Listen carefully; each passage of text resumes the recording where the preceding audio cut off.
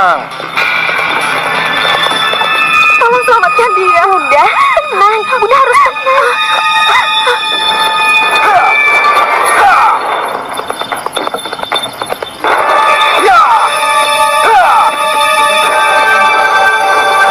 Kamu bisa lebih cepat lagi, Ki. Iya, saya khawatir dengan racunnya. Iya, tenang saja dulu. Iya. Bagaimana, Ki? Bunda harus tenang.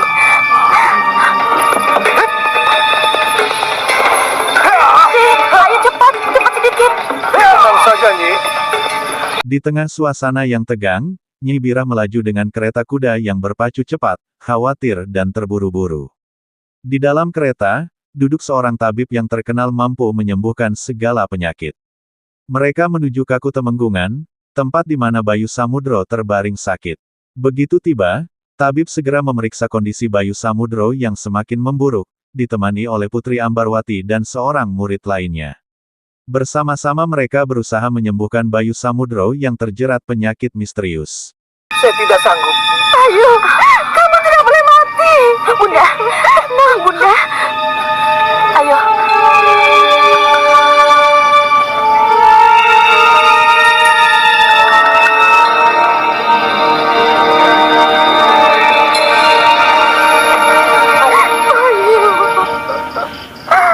Maaf kalau bukan saya sendiri yang menjemput guru. Sudah, tidak apa-apa, Putri Ambarwati.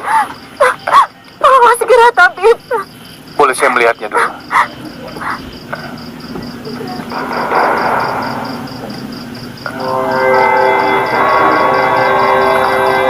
Iya.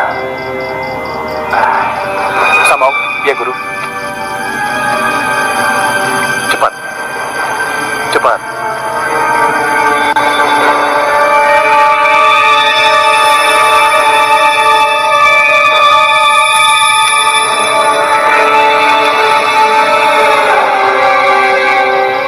Saya tidak kenal racunnya. Mudah-mudahan tidak terlambat. Tolong selamatkan dia, tabib. Iya.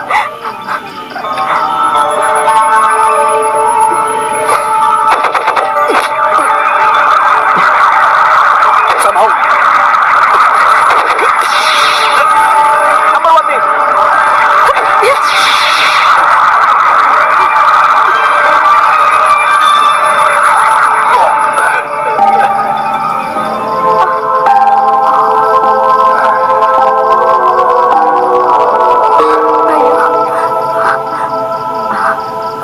Bayu.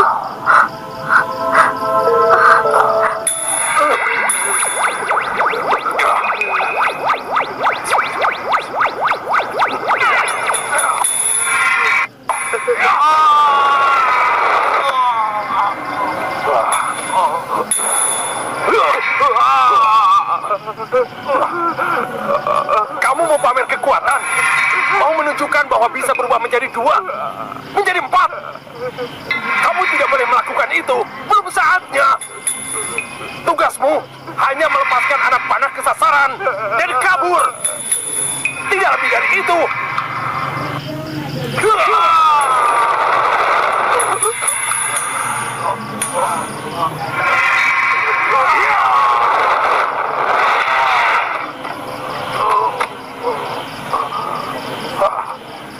Cukup, Kakang. Cukup. Kakang harus bisa menahan diri. Kegagalan dan tindakannya di luar komando tidak bisa dimaafkan. Iya, itu memang benar. Tapi bagaimanapun juga, Kakang harus mendengar nasihat. Sementara itu, di markas Raden Sombo, suasana juga tidak kalah panas.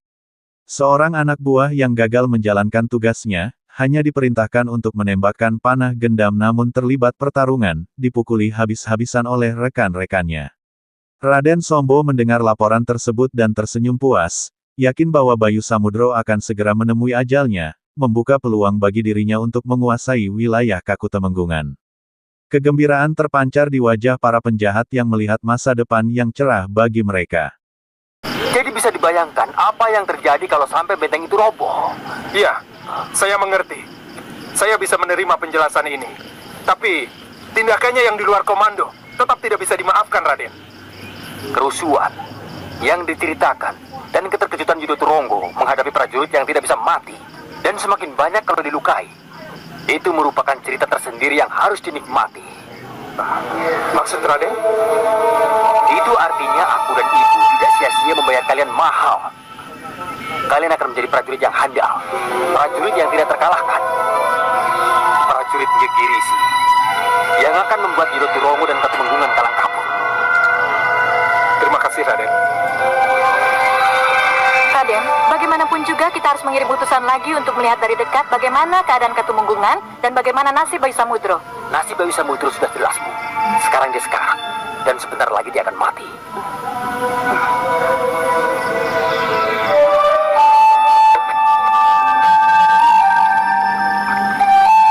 Raden Ayu, sebagian darah yang tercemar racun sudah saya keluarkan. Tapi bagaimanapun, Raden Bayu Samudro harus berbaring untuk beberapa hari. Tapi Bayu Samudro pasti sembuh kan, Tabib Tanamfu? Penawar racun dan obat luka, serta totokan darah yang saya berikan akan membuatnya cepat sembuh. Selanjutnya Ki Boyo Usodola yang akan mengatur pemberian jamu dan merawatnya, Raden Ayu. Iya, tapi... Jangan khawatir, saya akan datang lagi di hari ketiga. Terima kasih, Tabib Tanamfu. Kalau begitu, saya mohon pamit. Permisi, Raden Ayu. Iya, terima kasih.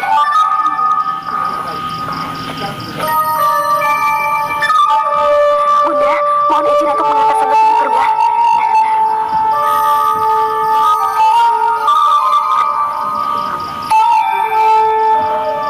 Tidur. Itu bagian dari penyembuhan, Gusti Ayu. Kalau begitu, tinggalkan aku. Sendikodau, Gusti Ayu. Panah itu seharusnya mengenaiku, Nyi Bira. Kalau bukan karena Bayu Samudro, saya pasti telah... Itu artinya Raden Bayu Samudro memang diciptakan untuk menyelamatkan Den Ayu. Bayu Samudro, dengan apa harus kubalas segala kebaikanmu?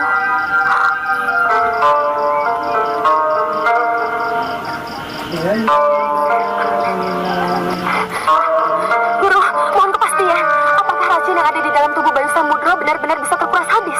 Sebenarnya sebelum penawar racun saya berikan, racun yang masuk ke tubuh Raden Bayu Samudro sudah dihambat lebih dulu. Dihambat bagaimana, Guru? Itulah yang saya sendiri tidak tahu. Sepertinya kekuatan itu sudah ada dalam tubuh Bayu Samudro sejak kecil. Sejak kecil? Iya. Itulah sebabnya dengan mudah saya keluarkan darah beracunnya. Lalu, apa luka karena anak panah itu akan membahayakan paru-parunya? Tidak. Tapi... Kita lihat saja nanti. Tidak akan ada cacat sedikit pun di dadanya. Tidak akan ada cacat, Guru. Di sisi lain, tabib di Kakutemenggungan akhirnya keluar dari kamar Bayu Samudro. Dewi Ambarwati, dengan penuh harap, bertanya apakah Bayu Samudro akan sembuh.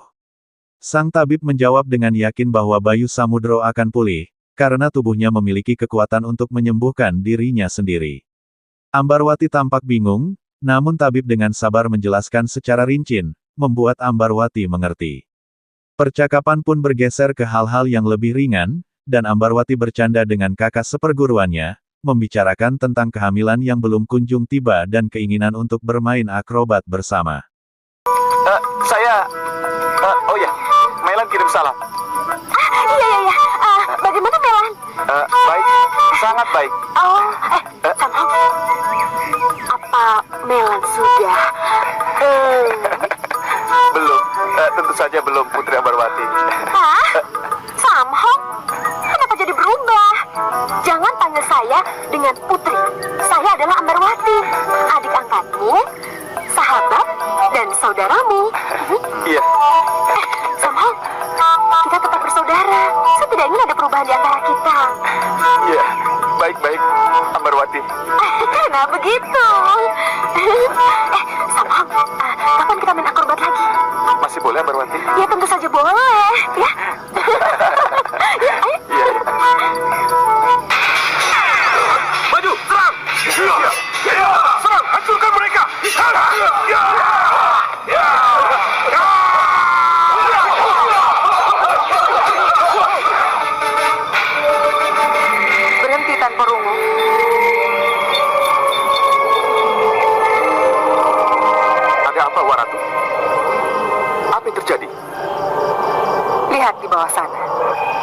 Pasti ada sesuatu yang terjadi di bawah sana.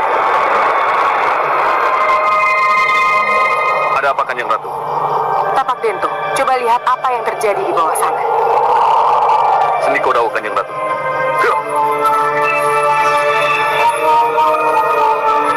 Saya tidak harus ikut, Wak Ratu.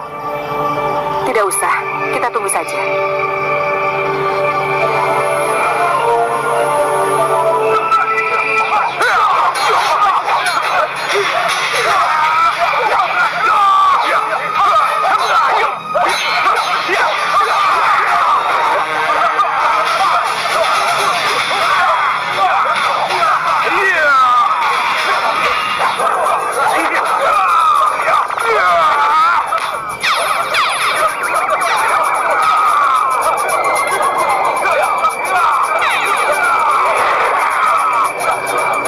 Sementara itu, di Kerajaan Laut Jawa, suasana menjadi semakin genting. Ratu Laut Jawa sedang diserang oleh Tugu Wasesa, yang telah berubah menjadi monster buas. Dari kejauhan, Ratu Kidul mengutus Tapak Dento untuk mengamati keadaan. Setelah menyaksikan pertarungan sengit di istana, Tapak Dento melaporkan situasi yang kacau dan tak terkendali kepada Ratu Kidul. Mendengar laporan itu, Ratu Kidul memutuskan untuk turun tangan, membagi tugas kepada para pengikutnya. Kalian dari Laut Kidul?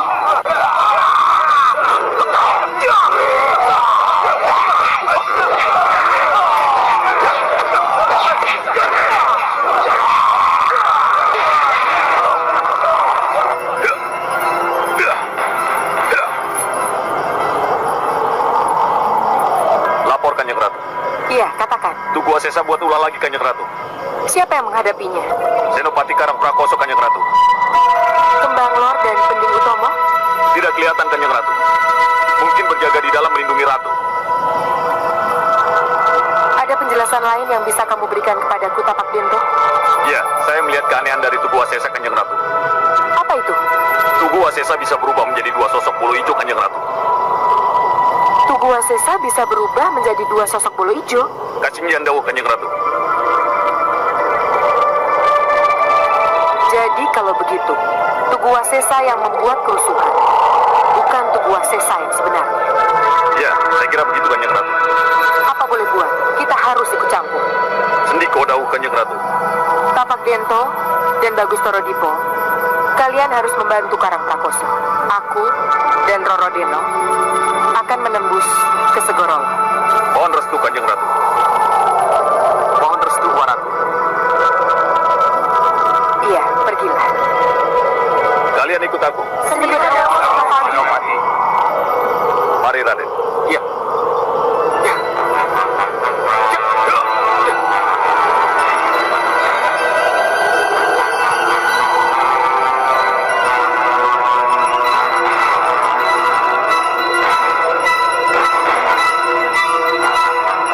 Tanpa Rungu, kamu tunggu di sini.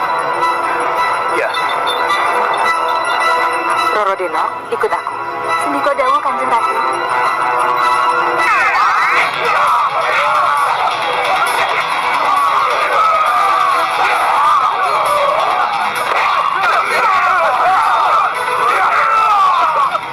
Lihat. Itulah 20 itu cuma Tugu Wasesa yang saya maksud.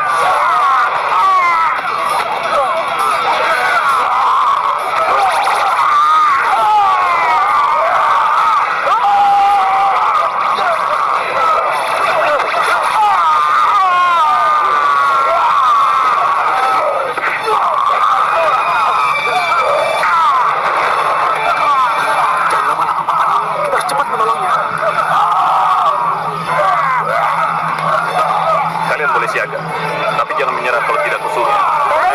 Mari, Raden.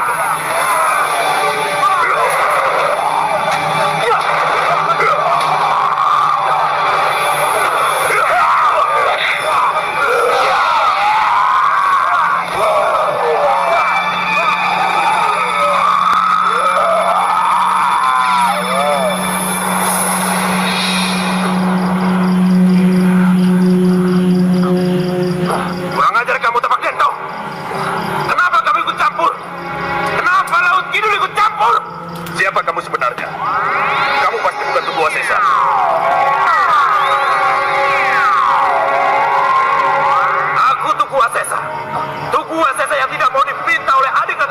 Di dalam istana Laut Jawa, Bagus Seturodipo dan Tapak Dento akhirnya bertemu. Senopati Tapak Dento menjelaskan bahwa makhluk yang menyerang adalah anak buahnya yang dulu berkhianat. Ia meminta Bagus Seturodipo untuk menghadapi sang monster. Bagus Seturodipo segera bertarung, dan setelah pertempuran sengit, monster tersebut berubah kembali menjadi Tugu Wasesa. Tugu Wasesa protes kepada Tapak Dento, tetapi sebelum ia sempat menjelaskan lebih lanjut, kilat merah menyambar dan membawa Tugu Wasesa pergi. Ratu Kidul sudah hadir di sana, dan setelah mendengar situasinya, ia memanggil seorang pemuda yang telah lama berpisah dari ibunya, Ratu Laut Jawa. Ratu Kidul kemudian memperkenalkan Roro Denok sebagai kekasih hati sang pemuda, dan mereka memberikan hormat kepada Ratu Laut Jawa sebagai ibu mertua mereka. Dinda juga tidak mengerti, Yunda. Dinda, mungkin Simbalelo itu bukan Tugu Wasesa yang sebenarnya. Bukan Tugu Wasesa yang sebenarnya. Tugu Wasesa yang berontak itu adalah Tugu Wasesa yang palsu. Mungkin ada kekuatan lain yang meminjam sosok Tugu Wasesa untuk kepentingan pribadinya.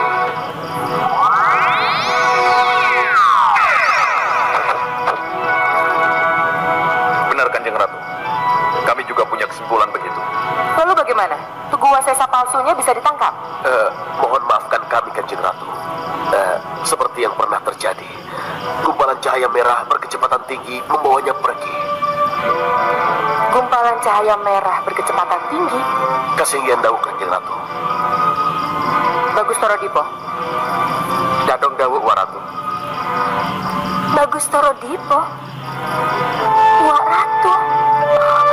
Oh iya, Dinda, jangan kaget. Kedatangan Yunda ke sini membawa Bagus Torodipo, putra Dinda.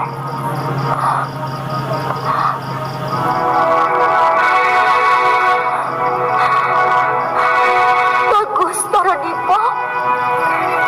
Iya, Dinda pasti ingat kenapa Dinda memberi nama Bagus Torodipo kepada putra Dinda. Kang Mas. Kang Mas. Istriku tercinta. Iya, Kang Mas. Hanya ada sebuah pesan yang aku sampaikan padamu. Apa, Kang Mas? Apa, Kang Mas? Kalau nanti anak kita laki-laki, Kang Mas. berilah nama Bertahan, Kang Mas. Siapa? Siapa, Kang Mas? berilah dia nama Bagus Torodipo. Bagus. Bagus Torodipo. Kang Mas. Kang Mas. Kang Mas. Dan kini putramu yang Sigit Bagus Torodipo sudah ada di hadapanmu.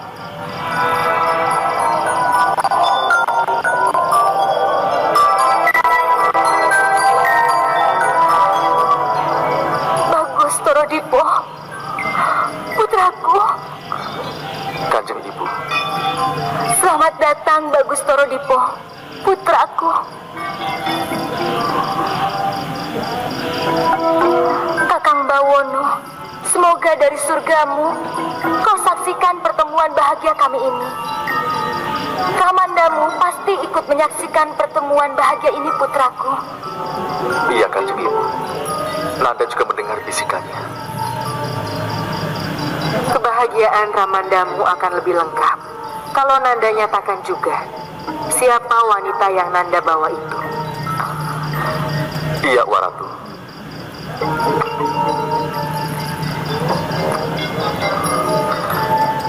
Bunda Dewi, perkenalkan, ini Roro Denok.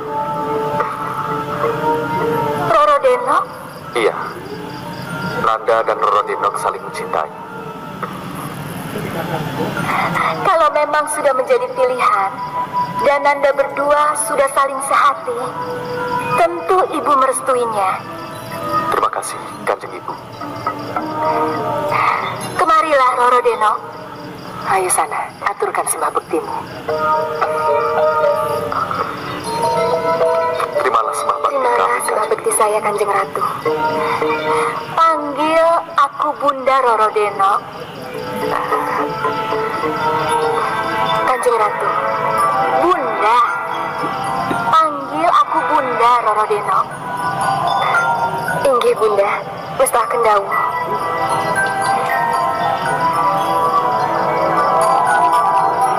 Bagus Toro Dipo, Roro Denok. Semoga Nanda berdua selalu bahagia. Restu Bunda akan membuat kami bahagia. Tapi jangan lupa restu uak kalian. Kanjeng Ibu Ratu Kidul. Mohon restu Restu Uak uak Ratu. Ratu. Restuku bersama kalian. Ya! Ya!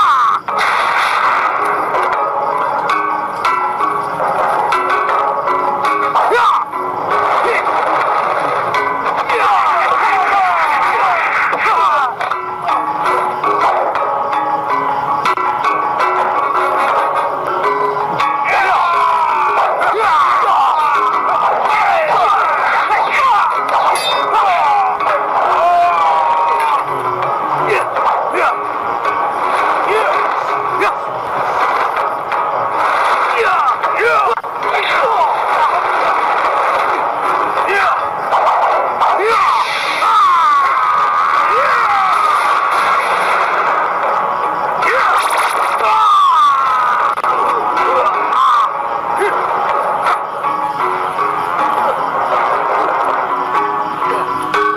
Bagus, bagus.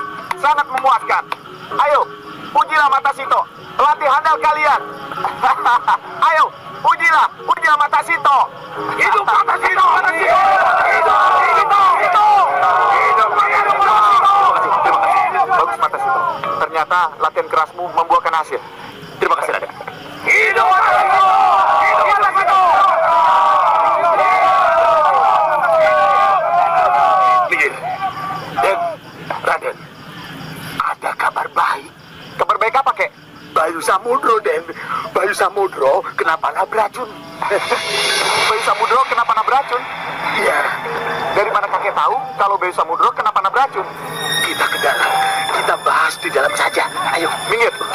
Bagus. Kalian dengar tadi. Bayu Samudro kena panah beracun. Berarti... Di tempat lain, kakek Seto Satrio, Surolangon, membawa kabar bahwa Bayu Samudro terkena panah beracun. Seto Satrio gembira mendengar berita ini, namun sang istri, Nyai Wingit, menolak untuk mempercayainya. Ia bersikeras bahwa berita itu tidak benar, hingga akhirnya memutuskan untuk mencari kebenaran sendiri. Dengan tekad kuat, Nyai Wingit meninggalkan tempat tinggal mereka, berjanji untuk tidak kembali sebelum menemukan jawaban yang sebenarnya. Kenapa harus memanggil tabib dari luar? Apa tabib Katumenggungan tidak ada? Benar, Dok. Tabib Katumenggungan itu memang ada. Tapi kalau tabib Katumenggungan itu tidak mampu, lalu apa salahnya memanggil tabib dari luar? Iya, Pak. Baik, baik. Sekarang begini saja. Kita terima saja bahwa berita dari kakek benar adanya. Bayu Samudro terkena racun. Dia menderita sakit. Dia tidak bisa bangun. Kita akan serang Katumenggungan. Iya, kita perang. Ya, kita akan perang. Tapi, Ibu bangga dengan semangat menggebu Raden itu. Tapi tidak ada salahnya kalau kebenaran berita itu kita kaji sekali lagi sebelum kita melakukan penyerangan, ya? Ya, aku setuju. Kalau perlu, aku sendiri yang akan ke Katumenggungan. Bu, apa harus Ibu yang berangkat? Kenapa tidak? Ibu sanggup melakukannya? Nah, ibumu bicara begitu karena dia tidak pernah mau mendengar apa berita yang aku bawa.